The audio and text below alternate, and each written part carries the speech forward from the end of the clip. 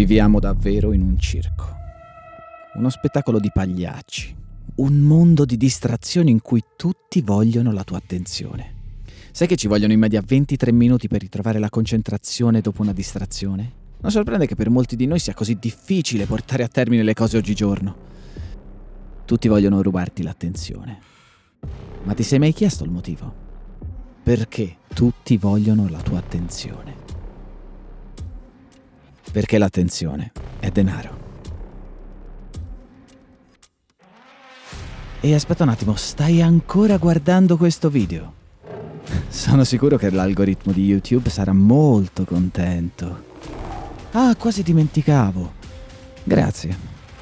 Ti ringrazio per la tua attenzione. Perché ti ho appena rubato 1 minuto del tuo preziosissimo tempo.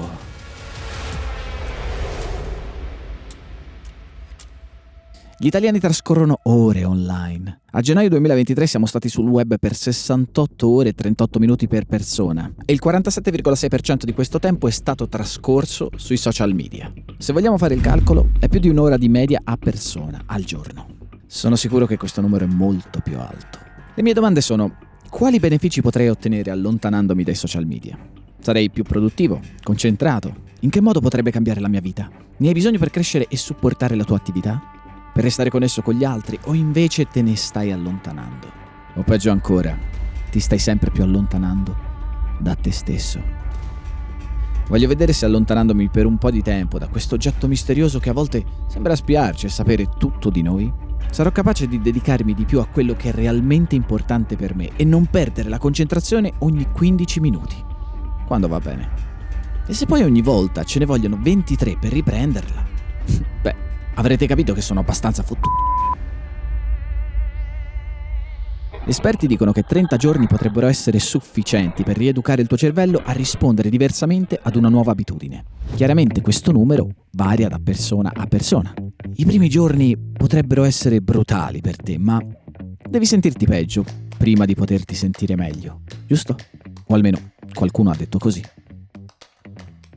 Ormai ci siamo abituati al caos. Siamo totalmente distratti dal mondo esterno. Siamo così distratti che crediamo che il rumore sia il nostro stato naturale. Qualcuno ha detto: chi guarda fuori sogna, ma chi guarda dentro si risveglia. Quando sei concentrato all'interno è impossibile essere venduto o controllato, perché il tuo potere risiede dentro di te. Il centro dell'uragano è completamente pacifico. Il centro di te è pace totale.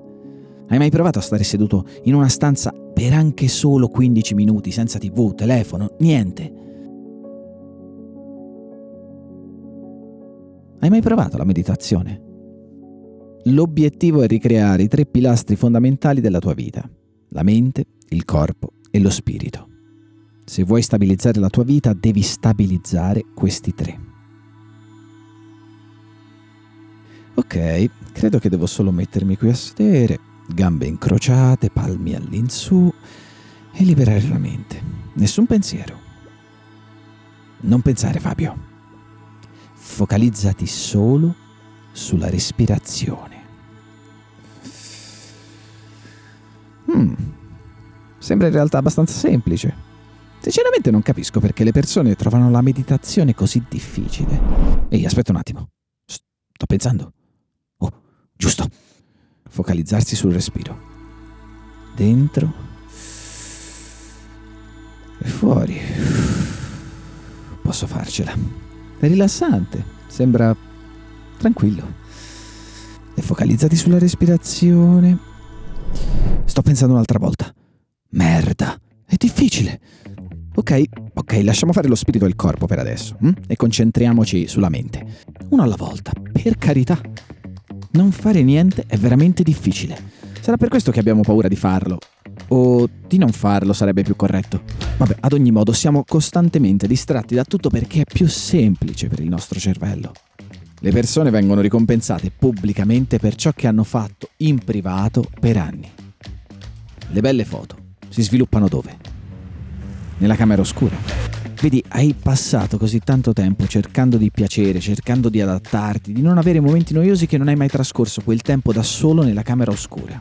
che è dove risiedono il tuo potere e la tua bellezza.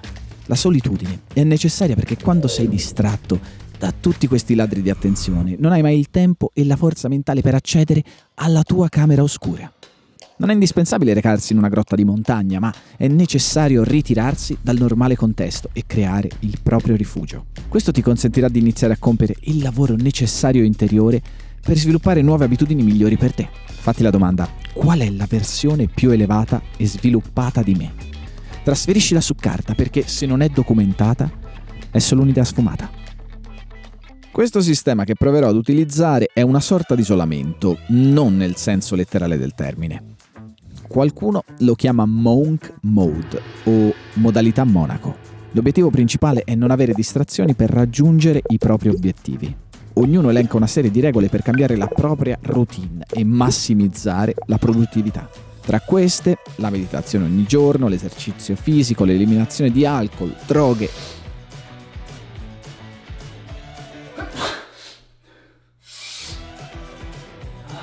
Sigarette, sesso e social, porno e feste. Nel mio caso mi dedicherò alla disintossicazione dai social media. Cercherò di evitare qualsiasi interazione con essi e intendo proprio nessuna per almeno 40 giorni e vediamo cosa accade.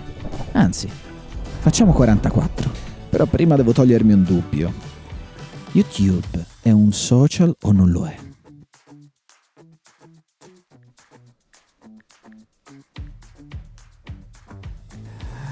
Allora, abbiamo detto mente.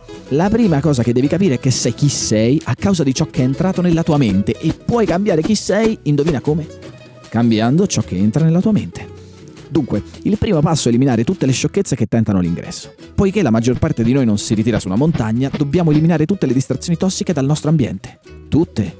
Sì, tutte.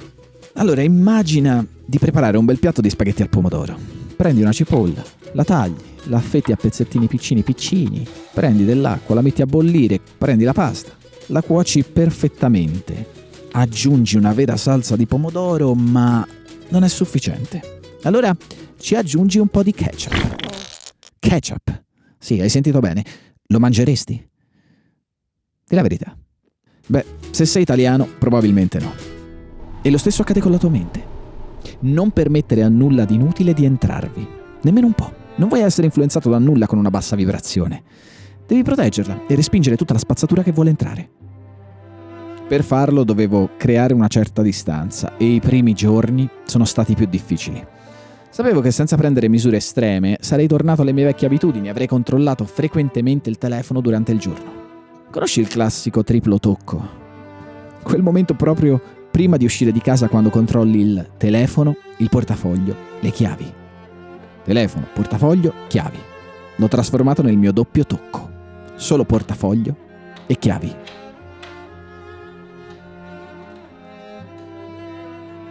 Ho pensato di eliminare il mio telefono. Ovviamente questo pensiero era pura follia, per cui mi sono limitato a non portarlo più con me. Dove cazzo sono? Realizzando che anche questa era pura follia, dovevo cercare un altro modo per creare un po' di frizione. Uscire senza telefono era veramente complicato. Numero 1. Lascia il telefono lontano dal letto o, se puoi, in un'altra stanza prima di andare a dormire. In questo modo non rischi di passare ore nel letto prima di addormentarti e al mattino ti sveglierai meno stanco. Numero 2. Cerca di fare a meno del telefono la mattina.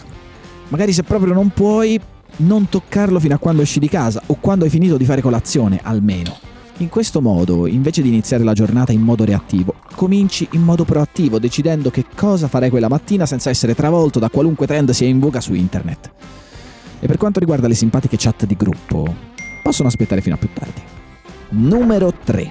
Rimuovi le notifiche dal telefono, specialmente quelle delle chat di gruppo. Il telefono è lì per essere usato da te, non te da lui. E sicuramente non da altre persone per intromettersi nella tua giornata. Lasciale magari attive per le persone a cui tieni di più. E non avere paura di perderti qualcosa di importante. Se c'è qualcosa di serio, qualcuno ti chiamerà, tranquillo o tranquilla. Numero 4. Elimina le app, disconnettiti da tutti i tuoi account e cancella la cronologia. Così ogni volta che hai la tentazione di rientrare in uno dei tuoi account, sarai costretto a riscaricare le app o reinserire i dati di accesso. Numero 5. Tieni il telefono lontano da te. Che sia il tuo posto di studio, di lavoro o di relax, tienilo in un'altra stanza o su un altro pianeta se sei costretto. La distanza del tuo telefono da te determina la facilità o la difficoltà nel prenderlo più o meno frequentemente. Per ogni momento di noia, in un momento di difficoltà, ovviamente il tuo sguardo cercherà qualcosa che possa distrarti. E indovina che c'è sempre a portata di mano? Bravo! Come molte persone avevo cablato nel mio cervello questo comportamento ossessivo-compulsivo. Ma non era il contenuto a cui ero dipendente, non erano i like, i commenti o i messaggi diretti. No, era l'anticipazione di ciò che avrebbe potuto essere.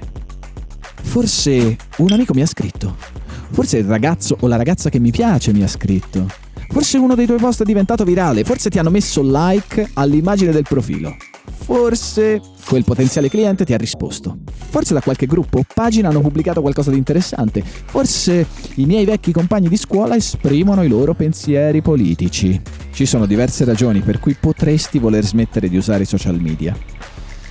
Gli effetti collaterali sono un po' diversi per ognuno di noi, ma ho 3 punti principali che penso possano interessare molti di noi.